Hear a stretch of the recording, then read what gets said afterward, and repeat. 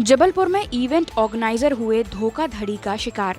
Narmada events के नाम से मशहूर इवेंट आयोजक विपुल पांडे और अभिषेक पटेल के साथ मुंबई की डीजे रीना बारोत द्वारा धोखाधड़ी के खिलाफ एसपी ऑफिस में शिकायत दर्ज करवाई गई है।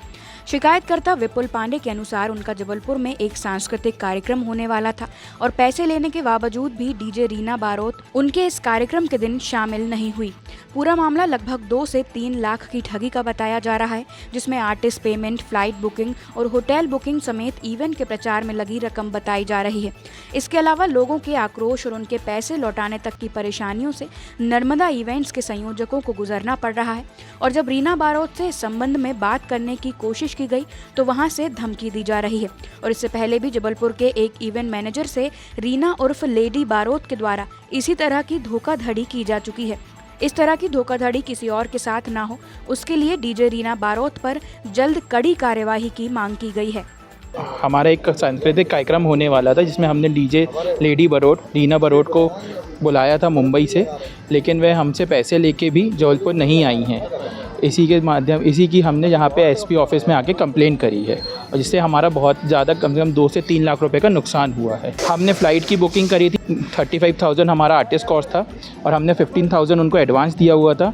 हमारी 30,000 की फ़्लाइट हुई थी, हमारा 10,000 अप्रॉक्स का होटल हुआ था और 50,000 से भी ज़्यादा का हमने उसमें प्रचार करा था।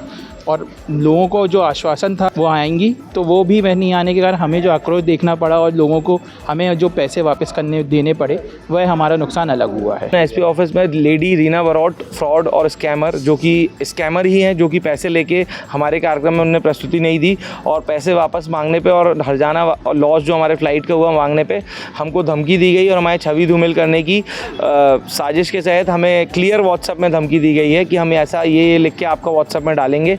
और ये स्कैमर हैं, एक ऐसा बहुत ही बड़ा ग्रोथ चलता है मुंबई में जो आर्टिस्ट के नाम पे और कलाकार के नाम पे स्कैम करते हैं, लोगों से पैसा ऐंठते हैं और ऑर्गेनाइज़र को भारी नुकसान पहुंचाते हैं। पिछले साल उन्होंने जबलपुर में एक और ऑर्गेनाइज़र के साथ ऐसे पैसे की ठगी कर चुकी हैं।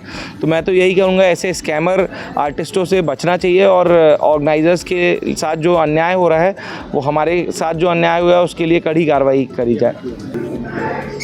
ये यहाँ पे एक फैदी अपनी कोई एक कंप्लेंट लेके आए थे कि इनके एक इवेंट्स की कंपनी इवेंट्स ऑर्गेनाइज करते हैं। इसमें उन्होंने किसी एक आर्टिस्ट के साथ एक इवेंट का टाइप किया गया था, जिसके बाद उनके जो भी नेगोशिएशन हुए उसके बाद वो उन्होंने इवेंट जो है जिस दिन था उस दिन artist as expected and as जो डिस्कशन था उसके में परफॉर्म करने नहीं है और कुछ उसके और इश्यूज़ हैं। देयर आर अदर उनके जो बेसिकली इवेंट के बारे में जो बात हुई थी उसके रेफरेंस में जो इनके ऑर्गेनाइजेशन के और उसके अमाउंट के बारे में एक उसकी बात आ रही है। तो अलग अलग हेड्स के डिफरेंट कॉस्ट हैं, सबके बारे में अगेन पूरी जांच की जाएगी और उसके हिसाब से कार्रवाई की जाएगी।